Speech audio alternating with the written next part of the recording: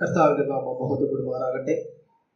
എൻ്റെ പേര് റോണി. ഞാൻ പുല്ലാട് ബ്രദറൻ ക്രിസ്ത്യൻ ചർച്ചിൽ കർത്താവിനെ ആരാധിച്ചു വരുന്നു. തൃശ്ശൂർ PhD ചെയ്യാനായിട്ട് കേരള അഗ്രികൾച്ചർ യൂണിവേഴ്സിറ്റിയിലായിരിക്കുന്നു. ഇന്ന് ഒരു പ്രത്യേക സാഹചര്യത്തിൽ ഇവിടെ കടന്നു വരുവാൻ ദൈവം എന്നെ ഇടയാക്കി. ഇന്ന് ഞാൻ ആദ്യം എഴുന്നേക്കണമെന്ന് ഞാൻ ആലോചിച്ചിരിക്കുകയായിരുന്നു. എന്നാൽ എൻ്റെ മനസ്സിലേക്ക് കർത്താവ് കൊണ്ടുവന്ന ഒരു ചിന്ത പറയുവാനായിട്ട് ഞാൻ ആഗ്രഹിക്കുന്നു. പ്രത്യേകിച്ചും നാം ഇപ്പോൾ ചിന്തിച്ചു കൊണ്ടിരുന്ന ഒരു ഭാവവുമായിട്ട് കണക്ട് ചെയ്ത് നമുക്കിത് ചിന്തിക്കുവാനായിട്ട് കഴിയട്ടെ. നമുക്ക് അതിനാധാരമായിട്ട് 113 സങ്കീർത്തനം 6-ാമത്തെ വാക്യം വായിക്കാം. 113 സങ്കീർത്തനം 6-ാമത്തെ വാക്യം. ആകാശത്തിലും ഭൂമിയിലുമുള്ളവ അവൻ കുനിഞ്ഞു നോക്കുന്നു. നമ്മുടെ വലിയവനായ ദൈവത്തിന്റെ ഒരു പ്രത്യേകതയാണ് അവിടുന്ന് നോക്കുന്ന ദൈവമാണ്, അവിടുന്ന് കാണുന്ന ദൈവമാണ്. വേദപുസ്തകത്തിൽ ഉടനീളം നാം പരിശോധിക്കുകയാണെങ്കിൽ നമ്മുടെ വലിയവനായ ദൈവം നോക്കി കണ്ടു എന്ന് പല കാര്യത്തെ കുറിച്ചും പറഞ്ഞിരിക്കുന്നത് നമുക്ക് കാണാനായിട്ട് കഴിയും. ഉൽപ്പത്തി പുസ്തകം 1-ാം അധ്യായം 31-ാം വാക്യത്തിൽ നമുക്ക് ഏവർക്കും പരിചയമായ വാക്യം, ദൈവം നോക്കി കണ്ടു, ദൈവം താൻ ഉണ്ടാക്കിയ നല്ലത് എന്ന് ദൈവം കണ്ടു എന്ന് കാണാൻ കഴിയും. ഉൽപ്പത്തി പുസ്തകം 1-ാം അധ്യായത്തിൽ തന്നെ പല പ്രാവശ്യം 1:4 വെളിച്ചം നല്ലതെന്ന്, ആകാശം 1:8, 1:12 വൃക്ഷം, പുല്ല്, സസ്യം, അതുപോലെ 16, 17, 18 വാക്യങ്ങളിൽ വെളിച്ചം, നക്ഷത്രം, അതുപോലെ 21-ാം വാക്യത്തിൽ ജീവജന്തു, പറവജാതി, 25-ാം വാക്യത്തിൽ കന്നുകാലി, കാട്ടുമൃഗം, ഇതെല്ലാം ദൈവം നല്ലത് എന്ന് കണ്ടു. അതിനുശേഷമാണ് 31-ാം വാക്യത്തിൽ ദൈവം നോക്കി നല്ലതെന്ന് കണ്ടു. എന്നാൽ ഞാൻ ഒരു കാര്യം ഓർമ്മിക്കട്ടെ, മനുഷ്യൻ നോക്കി മനുഷ്യൻ എന്താണ് കണ്ടത്? ഉൽപ്പത്തി പുസ്തകം 3-ാം അധ്യായം 6-ാം വാക്യത്തിൽ നാം കാണുന്നത് തിന്നുവാൻ നല്ലത് ആ വൃക്ഷത്തിന്റെ ഫലം എന്ന് മാത്രമല്ല, അത് കാണുവാൻ ഭംഗിയുള്ളതാണ്, ജ്ഞാനം പ്രാപിപ്പാൻ കാമ്യമുള്ളതാണ്. എന്നാൽ ആ വൃക്ഷത്തിന്റെ ഫലത്തിന്റെ പ്രത്യേകത 2:17, ഉൽപ്പത്തി 2:17 നാം കാണുന്നത് അത് വിലക്കപ്പെട്ടതാണ്. മനുഷ്യൻ ചെയ്തത് എന്താണ്? മനുഷ്യൻ നോക്കി കണ്ടത് എന്താണ്? ദൈവത്തിന് എതിരായിട്ടുള്ളതാണ്. എന്നാൽ ദൈവം നോക്കി കണ്ടത് മനുഷ്യൻ ഏറ്റവും നല്ലതാണ്.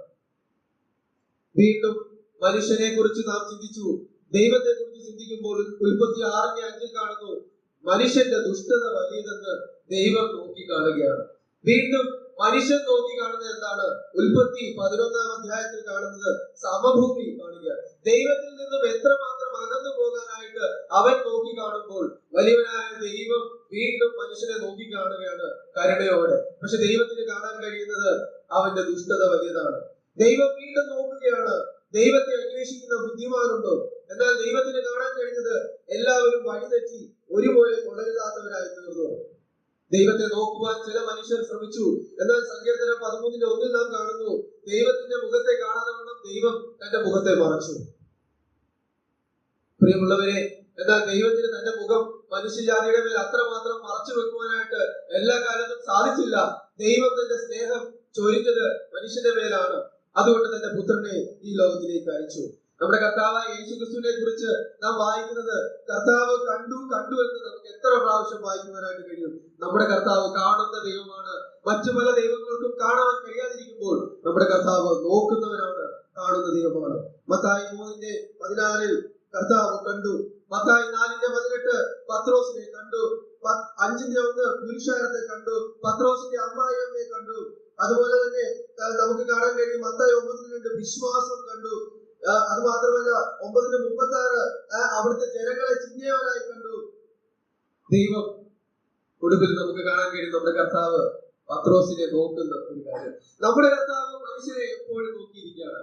നമ്മെ നോക്കിയിരിക്കുന്ന ദൈവം നമ്മെ നോക്കിയത് കൊണ്ട്. എന്നാൽ നമ്മുടെ അവസ്ഥ ഞാൻ പറഞ്ഞല്ലോ, മനുഷ്യൻ നോക്കി കാണുന്നത് വീണ്ടും ദൈവത്തിന്റെ സന്നിധിയിൽ നിന്ന് അകന്നു പോകാനാണ്. എന്നാൽ പ്രിയമുള്ളവരെ, കൃപയാൽ നമ്മുടെ കർത്താവ് നമ്മെ കണ്ടതുകൊണ്ട്, നമ്മെ നോക്കിയത് കൊണ്ട് നമുക്കിത് തന്റെ മക്കളായി തീരുമാനമായിട്ട് തീർന്നു.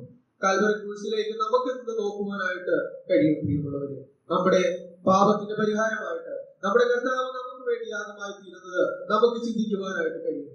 എത്ര മനോഹരമായിരിക്കുന്ന ഒരു കാര്യമാണ്, എന്റെ രക്ഷകൻ എന്നെ സ്നേഹിച്ചു. നാം ഇന്ന് പകൽക്കാലം കർത്താവിനെ നോക്കുകയാണ്. ഇന്ന് രാവിലെ നാം കേട്ടതുപോലെ അവിടുത്തെ കണ്ടുകൊണ്ട് നാം കർത്താവിനെ ആരാധിക്കുകയാണ്. എങ്ങനെയാണ്?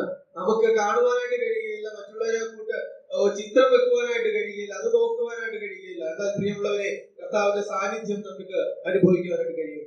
അതാണ് യോഹന്നാൻ നമുക്ക് കാണുവാനായിട്ട് കഴിയുന്നത്. വെളിപ്പാട് പുസ്തകത്തിൽ നമ്മുടെ കർത്താവിന്റെ ആ മഹത്വം താൻ വിവരിക്കുകയാണ്.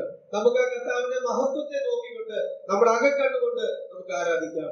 നമ്മുടെ കർത്താവ് നമുക്ക് വേണ്ടി ആയിത്തീർന്ന അവസ്ഥ നമുക്ക് ഓർത്ത് നമ്മുടെ കർത്താവിനെ ആരാധിക്കാം. പ്രിയമുള്ളവരെ, നാം ഇന്നും ചിന്തിക്കുമ്പോൾ ദൈവം കനിവോടെ അലിവോടെ നമ്മെ നോക്കുകയാണ്.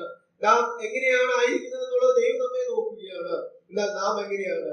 നമുക്കതൊന്ന് ചിന്തിക്കാം. ഇന്ന് പകൽക്കാലം നമ്മുടെ കർത്താവിനെ നമ്മുടെ ഹൃദയം തുറന്ന് ആത്മാവിൽ ആരാധിച്ചുകൊണ്ട് കർത്താവിന്റെ നാമത്തെ മഹത്വപ്പെടുത്താം. കർത്താവിന്റെ നാമം മഹത്വപ്പെടുമാറാവട്ടെ.